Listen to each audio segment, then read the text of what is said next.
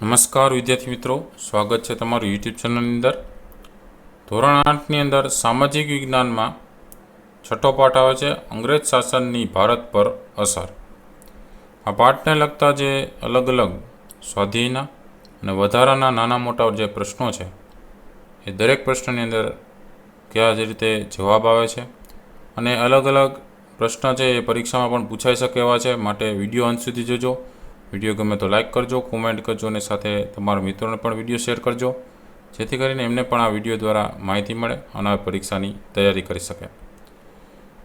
અંગ્રેજ શાસનની ભારત પર અસર આ પાઠને લગતા અલગ અલગ નાના મોટા દરેક, જેમાં સ્વાધ્યાયના પ્રશ્નો જે છે સાથે વધારાના પ્રશ્નો છે એ પણ તમને જોવા મળશે. આવા બીજા વિડીયોઝ છે એ તમને વિડીયો સેક્શનમાં જોવા મળશે અને સાથે ઉપર પ્લેલિસ્ટ છે. પ્લેલિસ્ટમાં જશો ત્યાં તમને સ્ટાન્ડર્ડ એજ સામાજિક વિજ્ઞાન સોશિયલ સાયન્સનું તમને નીચે પ્લેલિસ્ટ જોવા મળશે. એમાં બીજા પાઠ પણ છે, તો એ પાઠ પણ તમે જોઈ લેજો. આવનારી પરીક્ષા છે એમના મોસ્ટ આઈએમપી પ્રશ્નો કહી શકીએ એમાંથી પૂછાઈ શકે, બરાબર? તો એ પણ જોઈ લેજો, ન જોયેલા હોય તો. વિડીયો ગમે તો લાઇક કરજો, કોમેન્ટ કરજો અને તમારા મિત્રોને પણ શેર કરજો. જોતા જઈએ સ્વાધ્યાયના પ્રશ્નોત્તર. એમાં બીજા પણ પ્રશ્નો આવી જશે સ્વાધ્યાયને વધારાના. પ્રશ્ન પહેલો છે, નીચેના પ્રશ્નના ઉત્તર આપવાના છે. જેમાં પહેલું છે, બંગાળ, બિહાર અને ઓરિસ્સાના ખેડૂતો શાથી બેહાલ થયા? તો એનો જવાબ લખી શકીએ, બંગાળ, બિહાર અને ઓરિસ્સામાં અંગ્રેજોને મહેસૂલ ઉઘરાવવાની સત્તા મળતા પોતાની આવક વધારવાનું એક મોટું સાધન મળી ગયું.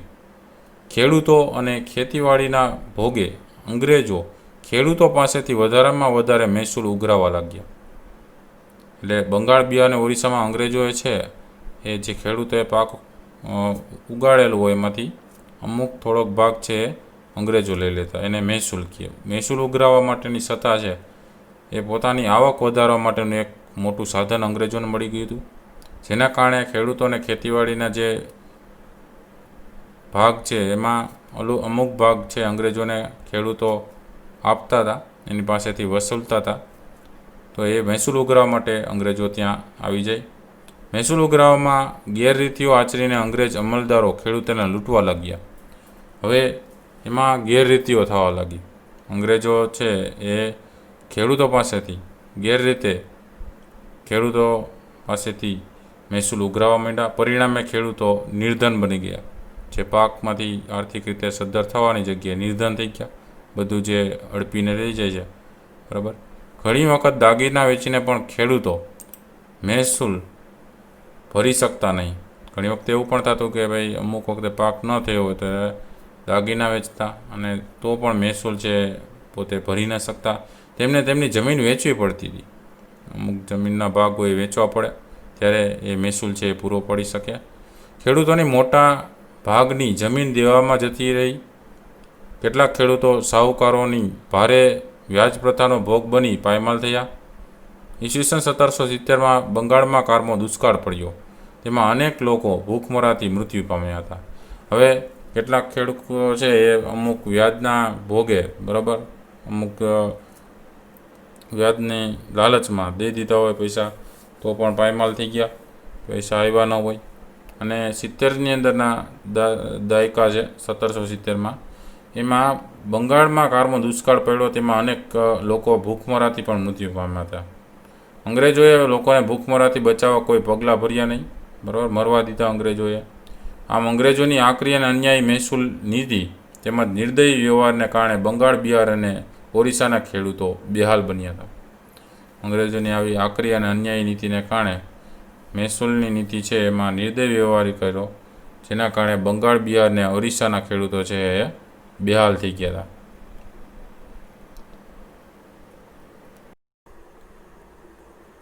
ત્યાર પછી બીજો પ્રશ્ન એમાં આવે છે, કાયમી જમાબંધીનું શું પરિણામ આવ્યું?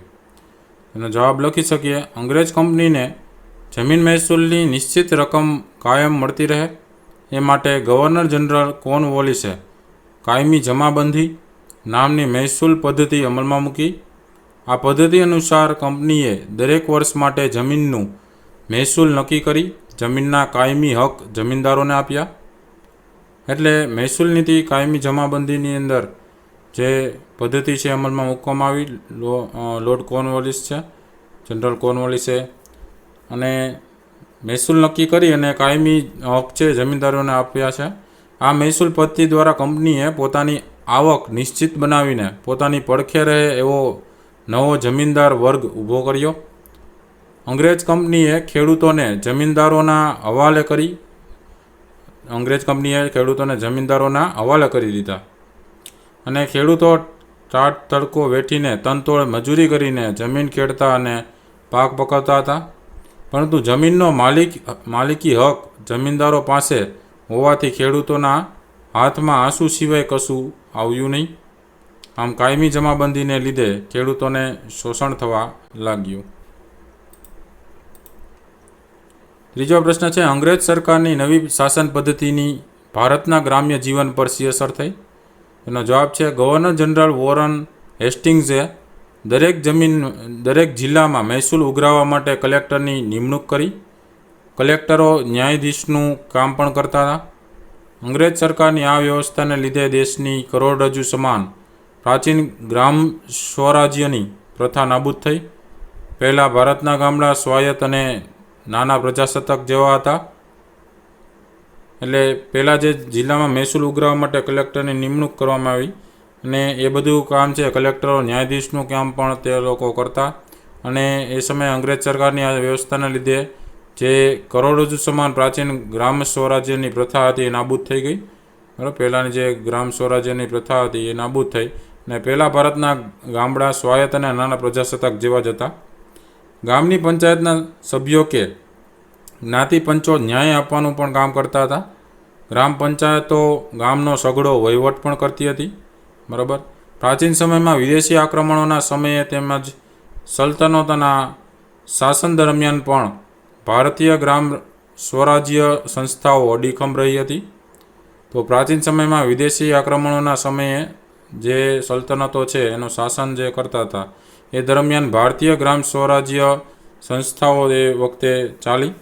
પરંતુ અંગ્રેજ સરકારના હસ્તક્ષેપને કારણે પંચાયતી સત્તાનો અંત આવી ગયો. આમ અંગ્રેજ સરકારની નવી શાસન પદ્ધતિએ ભારતના ગામડાને ગરીબ અને પરાધીન બનાવી દીધા હતા. ચોથો પ્રશ્ન છે, અંગ્રેજ શાસન દરમિયાન ભારતના ગૃહ ઉદ્યોગો અને હસ્ત ઉદ્યોગો પર શું અસર થઈ? એનો જવાબ લખી શકીએ. અંગ્રેજ શાસન દરમિયાન ભારતમાં ઉત્પન્ન થયેલા કાચા માલ અને ભારતમાંથી એકઠા કરેલા રૂપિયાથી અંગ્રેજોએ ઇંગ્લેન્ડમાં મોટા મોટા ધંધા ઉદ્યોગો વિકસાવ્યા હતા. તેમના કારખાના ધમધોકાર ચાલવા લાગ્યા હતા. તો અંગ્રેજ શાસન દરમિયાન જે કંઈ ભારતમાં ઉત્પન્ન થયેલો જે કાચો માલ છે અને ભારતમાં એકઠા કરેલા રૂપિયા છે એ અંગ્રેજોએ ઇંગ્લેન્ડમાં મોટા મોટા ધંધા ઉદ્યોગો વિકસાવી અને એ કારખાનાઓ ધમધોકાર ચાલવા લાગ્યા. અને એ કારખાનાઓનો બનેલો માલ છે ભારતમાં જકાત ભર્યા વિના આવવા લાગ્યો હતો. જ્યારે ભારતમાં ઉત્પન્ન થતા આ કાપડ અને અન્ય માલ પર 80% સુધીની ભારે જકાત છે એ નાખવામાં આવતી હતી. તેથી ભારતના ગૃહ ઉદ્યોગોનો માલ ઇંગ્લેન્ડથી આવતા માલ કરતાં મોંઘો બન્યો હતો. બરાબર, ભારતમાં ઉત્પન્ન થતો જે કાપડ છે અન્ય માલ ઉપર 80% સુધીની જકાત છે નાખવામાં આવે. એટલે ભારતના ગૃહ ઉદ્યોગોનો માલ છે ઇંગ્લેન્ડથી આવતા માલ કરતાં કેવો થઈ ગયો? મોંઘો બની ગયો. પરિણામે ભારતના ગૃહ ઉદ્યોગો અને હસ્ત ઉદ્યોગો ઇંગ્લેન્ડના માલની સામે ટકી શક્યા નહીં. આમ અંગ્રેજોની આર્થિક શોષણ નીતિ અને ભેદભાવભરી જકાત નીતિને કારણે ભારતના કાપડ, ધાતુઓ, કાચ, કાગળ, વહાણો વગેરેના ઉદ્યોગો પડી ભાંગ્યા. દેશના લાખો ગ્રામ્ય કારીગરો ગરીબ અને બેકાર બન્યા. પાંચમો પ્રશ્ન સ્વાધ્યાયનો છે, વિલિયમ બેન્ટિકે ભારતમાં કયા કયા સુધારાઓ કર્યા? જવાબ લખી શકીએ. ગવર્નર જનરલ વિલિયમ બેન્ટિકે ભારતમાં નીચે પ્રમાણેના સુધારા કર્યા. પહેલું, તેણે અંગ્રેજી વહીવટમાં ભારતીયોને સ્થાન આપ્યું હતું. બીજું, તેણે અદાલતમાં ન્યાય માગવા આવનાર વ્યક્તિને પોતાની માતૃભાષાનો ઉપયોગ કરવાની છૂટ આપી હતી. ત્રીજું, તેણે ઈસવીસન 1829માં સતી થવાના ક્રૂર રિવાજ પર પ્રતિબંધ મૂક્યો હતો. ચોથું, તેણે કેળવણી માટે દર વર્ષે 1 લાખનો ખર્ચ કરવાનું આયોજન કરવા શિક્ષણ સમિતિની રચના કરી હતી. પાંચમું, તેણે મેકોલે નામના ધારાશાસ્ત્રીની મદદથી ઈસવીસન 1834માં ભારતમાં અંગ્રેજી શિક્ષણ પદ્ધતિ શરૂ કરી. છઠ્ઠું, તેણે ચાર્લ્સ વુડની ભલામણથી ઈસવીસન 1857માં મુંબઈ, ચેન્નઈ અને કલકત્તામાં યુનિવર્સિટીની સ્થાપના કરી હતી. છઠ્ઠો પ્રશ્ન છે, અંગ્રેજોએ કરેલા સુધારાઓથી અંગ્રેજ શાસન અને ભારતના લોકોને કયા કયા ફાયદા થયા હતા? તેને જવાબ લખી શકે. અંગ્રેજોએ કરેલા સુધારાઓથી અંગ્રેજ શાસનને આ પ્રમાણેના ફાયદા થયા. પહેલું, દેશનો વહીવટ કરવા માટે અંગ્રેજોને અંગ્રેજી ભાષા જાણનારા કર્મચારીઓ મળવા લાગ્યા હતા. બરાબર, જે અંગ્રેજો છે એમને અંગ્રેજી ભાષા જાણનારા બીજા કર્મચારીઓ મળ્યા. બીજું, રેલમાર્ગો દ્વારા અંગ્રેજી માલની અને લશ્કરની હેરફેર છે સુગમ બની ગઈ હતી. એટલે હેરફેર કરવામાં અંગ્રેજ શાસન છે એમાં લશ્કર છે એના દ્વારા અંગ્રેજ માલની જે હેરફેર છે થવા લાગી. ત્રીજું છે, ભારત જેવા વિશાળ દેશ પર ચાંપતી નજર રાખવા તેમજ ઇંગ્લેન્ડ સાથે સંદેશા વ્યવહાર માટે આધુનિક તાર ટપાલની પદ્ધતિ છે એ ઉપયોગ બની ગઈ હતી. કે ઇંગ્લેન્ડ સાથે સંદેશાનો તાર ટપાલ છે એ આ અંગ્રેજ શાસન દરમિયાન બરાબર પદ્ધતિ ઉપયોગી છે એ થઈ ગઈ હતી. અંગ્રેજોએ કરેલા સુધારાઓથી ભારતના લોકોને આ પ્રમાણેના ફાયદા થયા હતા. પહેલું, ભારતીયોમાં રાષ્ટ્રીય ભાવનાનો વિકાસ થઈ ગયો હતો. બીજું, શિક્ષિત ભારતીયોમાં સ્વાતંત્ર્ય માટે રાષ્ટ્રવાદી માનસ ઘડાયું હતું. ત્રીજું, લોકો અંગ્રેજી કેળવણીને લીધે વિશ્વના નૂતન પ્રવાહોથી માહિતગાર થયા. તેમણે દેશમાં સમાજ સુધારણા અને રાષ્ટ્રીય જાગૃતિ માટેના અગત્યની ભૂમિકા ભજવી. ચોથું, વર્તમાનપત્રો, તાર ટપાલ અને રેલવેને લીધે ભારતના લોકો એકબીજાની નજીક આવવા લાગ્યા. શિક્ષિત ભારતીયોએ સંગઠિત બનીને સ્વાતંત્ર્યની લડત શરૂ કરી હતી. પાંચમું, પાછળથી દેશમાં અંગ્રેજી શિક્ષણ વિરોધી વલણો જન્મ્યા હતા. તેના પરિણામે દેશમાં બુનિયાદી શિક્ષણ છે અને રાષ્ટ્રીય શિક્ષણના નવા સ્વરૂપનો પણ વિકાસ થઈ ગયો હતો. તો ઘણા બધા ફાયદા જોઈ શકો છો.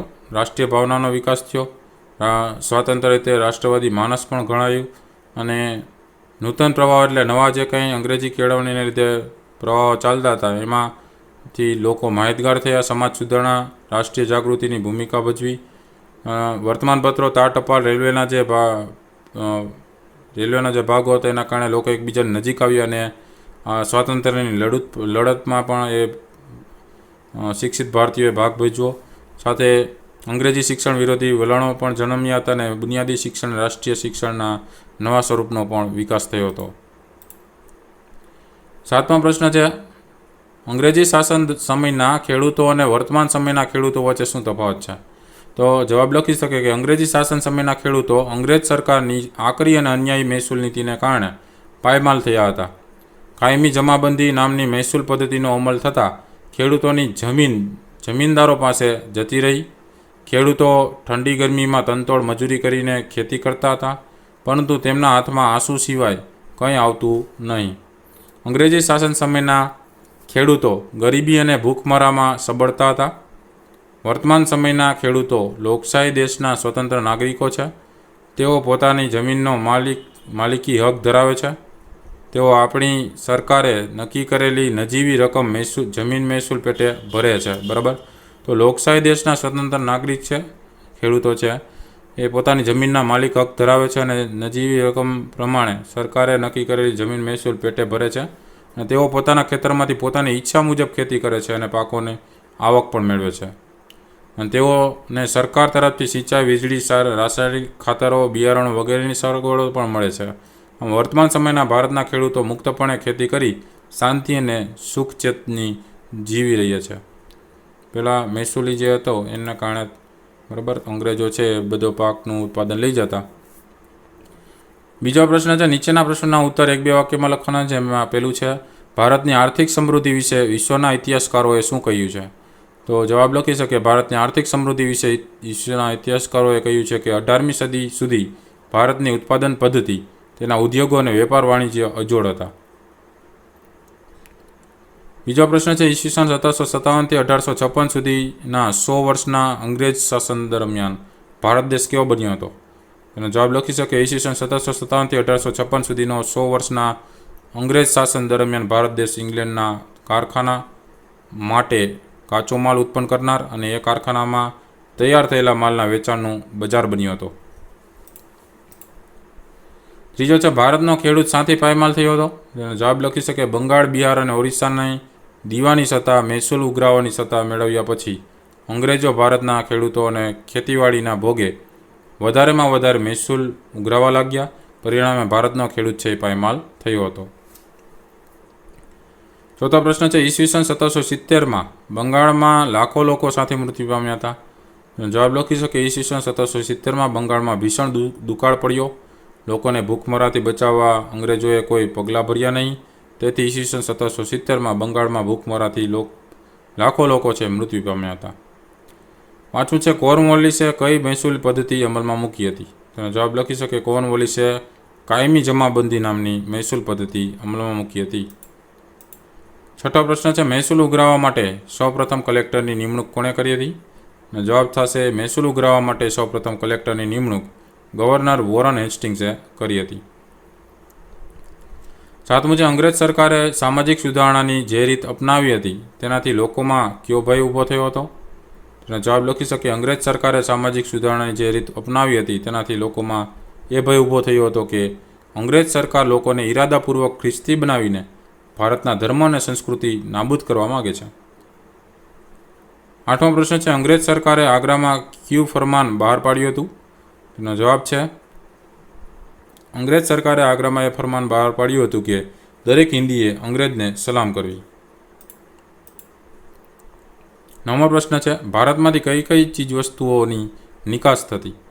જવાબ છે ભારતમાંથી શણ, ઊન, રેશમી કાપડ, સુતરાઉ કાપડ, ઢાકાની મલમલ, સુરોખાર, મીઠું, સાકર વગેરે ચીજવસ્તુઓની નિકાસ થતી. દસમો પ્રશ્ન છે ભારતમાં ઉત્પન્ન થતો માલ ભારતમાં જ સાથી મોંઘો પડવા લાગ્યો.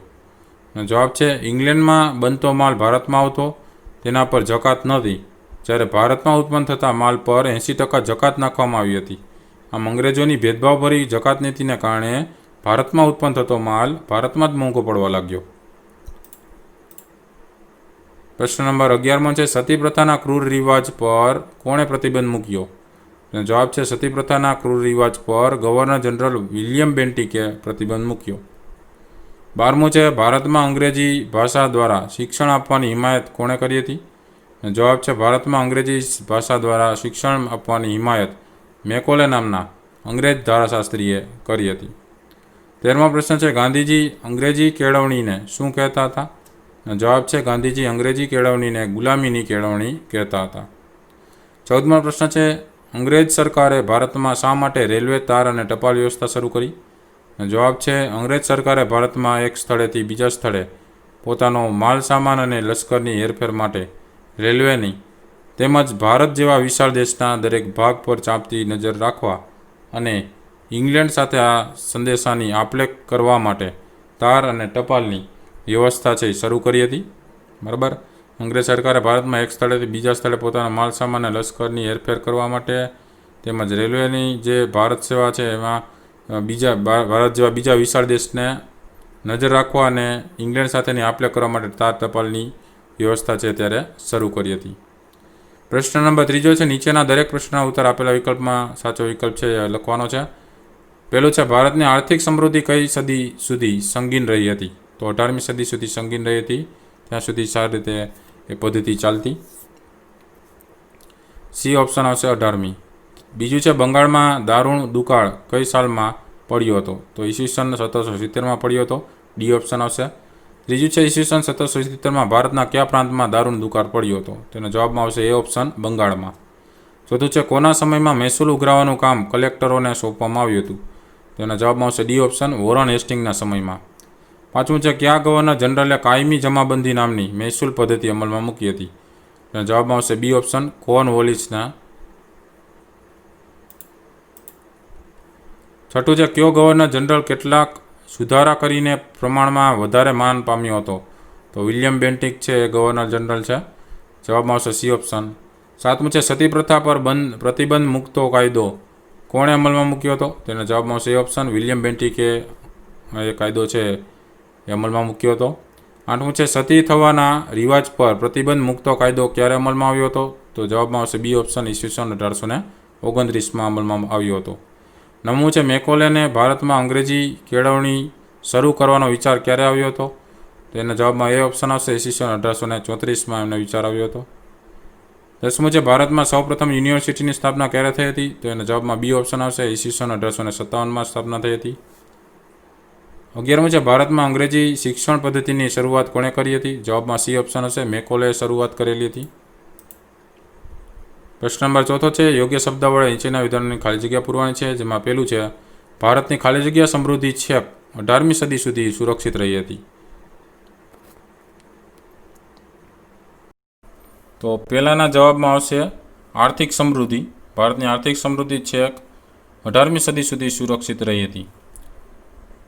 બીજું છે બંગાળ, બિહાર અને ઓરિસ્સાની ખાલી જગ્યા સત્તા મળવાથી અંગ્રેજોને પોતાની આવક વધારવાનું વિશાળ ક્ષેત્ર મળી ગયું હતું.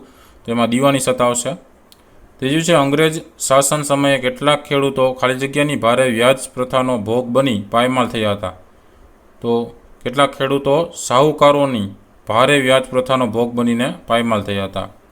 ચોથું છે ગવર્નર જનરલ કોર્નવોલિસે ખાલી જગ્યા નામની મહેસૂલ પદ્ધતિ અમલમાં મૂકી હતી. તો એમાં આવશે કાયમી જમાબંધી નામની મહેસૂલ પદ્ધતિ છે અમલમાં મૂકી હતી.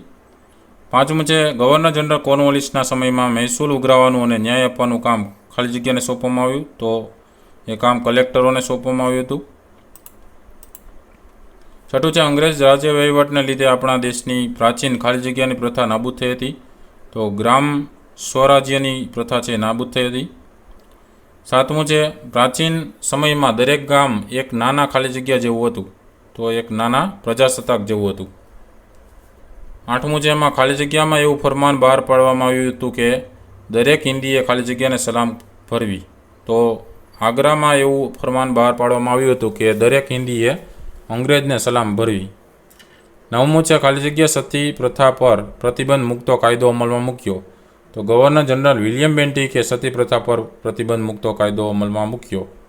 10મું છે ઈસવીસન 1834માં ખાલી જગ્યા નામના ધારાશાસ્ત્રીને ભારતમાં અંગ્રેજી કેળવણી શરૂ કરવાનો વિચાર આવ્યો હતો.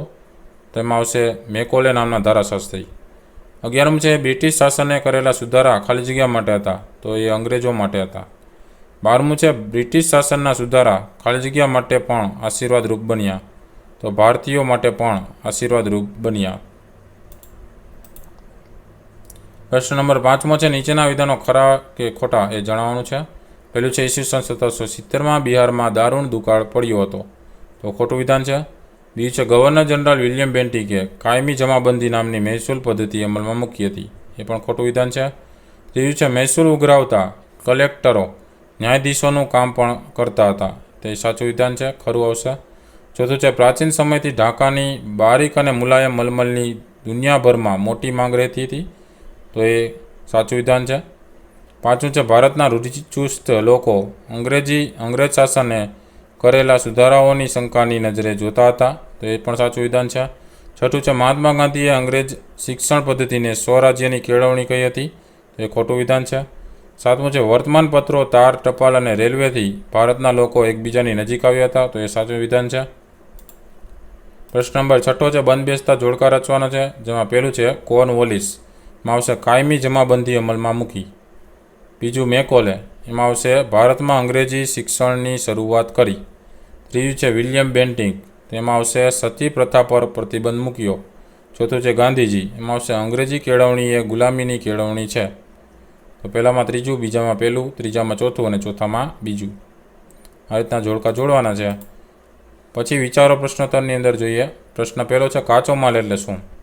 અને જવાબ કહી શકીએ કે ભાઈ યંત્રો કે માનવ બળ દ્વારા વપરાશી ચીજવસ્તુઓના ઉત્પાદન માટે જે મૂળ સ્વરૂપની વસ્તુઓનો ઉપયોગ થાય છે તેને કાચો માલ કહેવામાં આવે છે. દાખલા તરીકે સુતરાઉ કાપડ બનાવવા માટે વપરાતું રૂ એ કાચો માલ કહેવાય. બીજો પ્રશ્ન છે કાચા માલના ઉદાહરણ આપો. તો એનું ઉદાહરણમાં આપણે લખી શકીએ કે રૂ, ઊન, રેશમ, ઘઉં, તમાકુ, મગફળી, તલ, સરસવ, એરંડા વગેરે તેલેબિયા, શેરડી, શણ, ગવાર, નાળિયેર, લાકડું, દૂધ, બટાટા, માછલી, બોક્સાઇટ, લોખંડ, તાંબુ, ચૂના, પથ્થર, ખનિજ તેલ વગેરે કાચો માલ છે. પ્રશ્ન નંબર 3 છે તમારા ગામમાં ઉત્પન્ન થતા કાચા માલના ઉદાહરણ યાદી બનાવો. તમારા ગામમાં ઉત્પન્ન થતા કાચા માલમાં ઘઉં, તમાકુ, મગફળી, તલ, સરસવ, એરંડા, ગુવાર, શેરડી, દૂધ, રૂ વગેરે. ચોથો પ્રશ્ન છે તમારા ગામમાં ઉત્પન્ન થતો કાચો માલ ક્યાં જાય છે અને તેમાંથી કઈ કઈ વસ્તુ બને છે તેની યાદી બનાવો. મારા ગામમાં ઉત્પન્ન થતો કાચો માલ છે શહેરમાં જાય છે, તેનાથી બનતી વસ્તુ જોઈએ તો ઘઉંમાંથી બને છે બ્રેડ કે પાઉં, બિસ્કિટ, કેક, મેક્રોની, સ્પગેટી વગેરે. તમાકુમાંથી બીડી, મગફળીમાં તલ અને સરસવમાંથી ખાદ્ય તેલો, એરંડામાંથી કેસ્ટર ઓઇલ, ગવારમાંથી ગવારગમ, શેરડીમાંથી ગોળ, ખાંડ, ખાંડસરી વગેરે. દૂધમાંથી માખણ, ઘી, છાશ, બેબી ફૂડ, દૂધનો પાવડર, આઈસ્ક્રીમ, મલાઈ, ચીઝ, પનીર વગેરે. ગૃહમાંથી સુતરાઉ કાપડ. પ્રશ્ન નંબર 5મો છે જમીન મહેસૂલ એટલે શું? આપણે કયા કયા કર ભરીએ છીએ એની યાદી બનાવો. તો જમીન મહેસૂલ એટલે જમીનના ઉપયોગ માટે સરકારને ભરવાનો વેરો. આપણે ઘર વેરો, પાણી વેરો, દીવાબત્તી વેરો, સફાઈ વેરો, આવક વેરો, વેચાણ વેરો, સર્વિસ ટેક્સ, ગેઇન ટેક્સ વગેરે અનેક જાતના કર ભરીએ છીએ. પ્રશ્ન નંબર 6 છે વર્તમાન સમયમાં દુકાળ પડે તો લોકોને ઓછી આડમારી વેઠવી પડે છે, તો પછી અંગ્રેજ કાળમાં પારાવાર આડમારી કેમ વેઠવી પડતી હતી? અને જવાબ છે વર્તમાન સમયમાં આપણા દેશમાં આપણી પોતાની સરકાર છે, તેથી દુકાળ પડે તો રાજ્ય સરકાર અને સમાજની સેવાભાવી સંસ્થાઓ અસરગ્રસ્ત લોકોને અનાજ અને ઘાસચારો પહોંચાડે છે. ગામે ગામ લોકોને ટેન્કરો દ્વારા પાણી પહોંચાડવામાં આવે છે. અસરગ્રસ્ત વિસ્તારોમાં સરકાર રાહત કામો શરૂ કરે છે. તેને લીધે લોકો ઘર આંગણે જ રોજીરોટી મેળવે છે. ઢોર માટે ઢોરવાળા ખોલવામાં આવે છે. આમ વર્તમાન સમયમાં દુકાળ પડે તો લોકોને ઓછી આડમારી વેઠવી પડે. 15 ઓગસ્ટ 1947 પહેલાં આપણા દેશમાં અંગ્રેજોનું શાસન હતું. તેઓ વિદેશીઓ હતા. ભારત તેમનો ગુલામ હતો. એ વિદેશી સરકાર પાસે લોકકલ્યાણની અપેક્ષા રાખી શકાય નહીં. અંગ્રેજ સરકાર લોકોનું શોષણ અને દમન કરતી હતી. તે લોકોને બચાવવા કોઈ પગલાં ભરતી નહીં. તેથી અંગ્રેજ કાળમાં લોકોને પારાવાર આડમારીઓ વેઠવી પડતી હતી. પ્રશ્ન નંબર 7મો છે વર્તમાન સમયમાં ગ્રામ કક્ષાએ કયા કયા ગૃહ ઉદ્યોગો જોવા મળે છે? અને જવાબ લખી શકીએ. પહેલું હાથશાળ ઉદ્યોગ, બીજું ધાણી ઉદ્યોગ, ત્રીજું ચર્મ ઉદ્યોગ, ચોથું મરઘા ઉછેર ઉદ્યોગ, પાંચમું પશુપાલન ઉદ્યોગ, છઠ્ઠું ડેરી ઉદ્યોગ, સાતમું અગરબત્તી બનાવવાનો ઉદ્યોગ, આઠમું મસાલા ઉદ્યોગ, નવમું તાળા તિજોરી બનાવવાનો ઉદ્યોગ, 10મું તૈયાર વસ્ત્રો બનાવવાનો ઉદ્યોગ, 11મું માટલા બનાવવાનો ઉદ્યોગ વગેરે. પ્રશ્ન નંબર 8મો છે મેકોલે ભારતમાં શા માટે અંગ્રેજી કેળવણી શરૂ કરી હતી? તેનો જવાબ છે ભારતમાં અંગ્રેજોએ વહીવટી તંત્રનું અંગ્રેજીકરણ કર્યું હતું. આથી દેશનો વહીવટ કરવા માટે અંગ્રેજી ભાષા જાણનારા લોકોની જરૂરિયાત હતી અને એને પૂરી કરવા માટે મેકોલેએ ભારતમાં અંગ્રેજી કેળવણી શરૂ કરી હતી. તો વિદ્યાર્થી મિત્રો, આ હતા અત્યાર સુધીના જે સ્વાધ્યાયને લગતા અને વધારાના પ્રશ્ન જવાબની આ પાઠના પ્રશ્નો છે. આવનારી પરીક્ષા માટે પણ ઉપયોગી થશે. તો વિડીયો ગમ્યો તો લાઇક કરજો, કોમેન્ટ કરજો અને શેર કરજો તમામ મિત્રોને, જેથી કરીને આ પાઠના જે પ્રશ્ન જવાબ છે એમના પણ જાણકારી મળે. તો નવા નવા વિડીયોઝ ચેનલ પર મુકાતા રહેતા હોય છે, તો ચેનલને સબસ્ક્રાઈબ કરીને બેલ આઇકન દબાવી દેજો, જેથી કરીને નવા નવા વિડીયોઝની જાણકારી પણ તમને મળતી રહે. ફરી પાછા નવા વિડીયો સાથે મળીશું. ત્યાં સુધી તમારી કાળજી રાખજો. બરાબર. ન જોયેલા વિડીયોઝ છે ઉપર તમને પ્લેલિસ્ટમાં જોવા મળશે. ત્યાં અલગ અલગ ધોરણ પ્રમાણે પણ પ્લેલિસ્ટ છે, એમાંથી પણ જોઈ લેજો. બરાબર, ઉપયોગી થશે. તો ફરી પાછા નવા વિડીયો સાથે મળીશું. ત્યાં સુધી તમારી કાળજી રાખજો. Thank you very much. Take care.